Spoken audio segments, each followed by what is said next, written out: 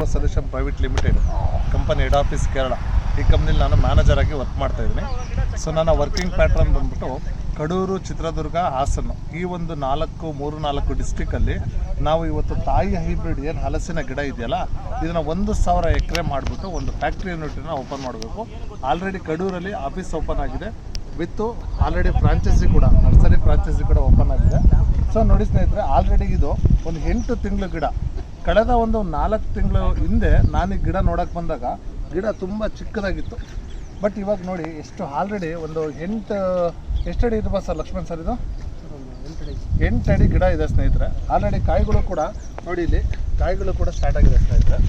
ಈ ಥರ ತುಂಬ ಕಾಯಿಗಳು ಸ್ಟಾರ್ಟ್ ಆಗುತ್ತೆ.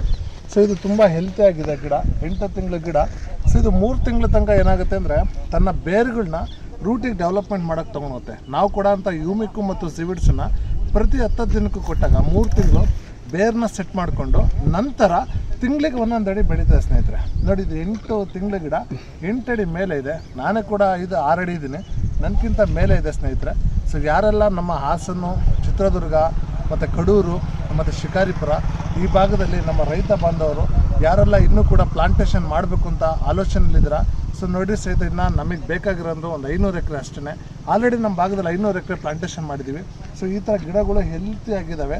ಇವತ್ತು ನಾನು ಬಂದಿರೋಂಥ ಭಾಗ ಇವತ್ತು ಅಗರಿಬೊಮ್ಮನಹಳ್ಳಿಯ ಎಡಿಹಳ್ಳಿ ಒಂದು ಗ್ರಾಮದಲ್ಲಿ, ಇವತ್ತು ಹರಪನಹಳ್ಳಿ ತಾಲೂಕಿದು, ಹರಪನಹಳ್ಳಿ ತಾಲೂಕಿನಲ್ಲಿ ಇವತ್ತು ಬಂದಿರೋಂಥದ್ದು. 4 ತಿಂಗಳಿಂದ ಗಿಡ ತುಂಬ ಚಿಕ್ಕದಾಗಿತ್ತು, ಬಟ್ ಈಗ ತುಂಬ ಹೆಲ್ತಿ ಆಗಿದೆ. ಕಾಯಿಗಳು ಕೂಡ ಸ್ಟಾರ್ಟ್ ಆಗಿದೆ. ಎಲ್ಲ ಗಿಡಗಳು ಕೂಡ ನೋಡಿ ಸ್ನೇಹಿತರೆ ಆಲ್ರೆಡಿ ಕಾಯಿಗಳಿದೆ. ನಮ್ಮ ಏನು ಫ್ಲೋರೋಜಾ ಟೀಮ್ ಹರಪನಹಳ್ಳಿ ವಿಜಯನಗರ ಟೀಮ್ ಇದೆಯಲ್ಲ, ಅಲ್ಲಿ ಇವತ್ತು ಫ್ರಾಂಚೈಸಿ ಉದ್ಘಾಟನೆಗೆ ಬಂದಿದ್ದು. ಅಲ್ಲಿನ ಒಂದು ಪ್ಲಾಂಟೇಷನ್ನು ನಮ್ಮ MD ಸರ್ ಇದ್ದಾರೆ, ನಮ್ಮ ಲಕ್ಷ್ಮಣ್ ಸರ್ ಇದ್ದಾರೆ, ಸುರೇಶ್ ಸರ್ ಇದ್ದಾರೆ, ಎಲ್ಲರೂ ಕೂಡ ಇವತ್ತು ನಾವೆಲ್ಲ ಬಂದಿದ್ದೀವಿ.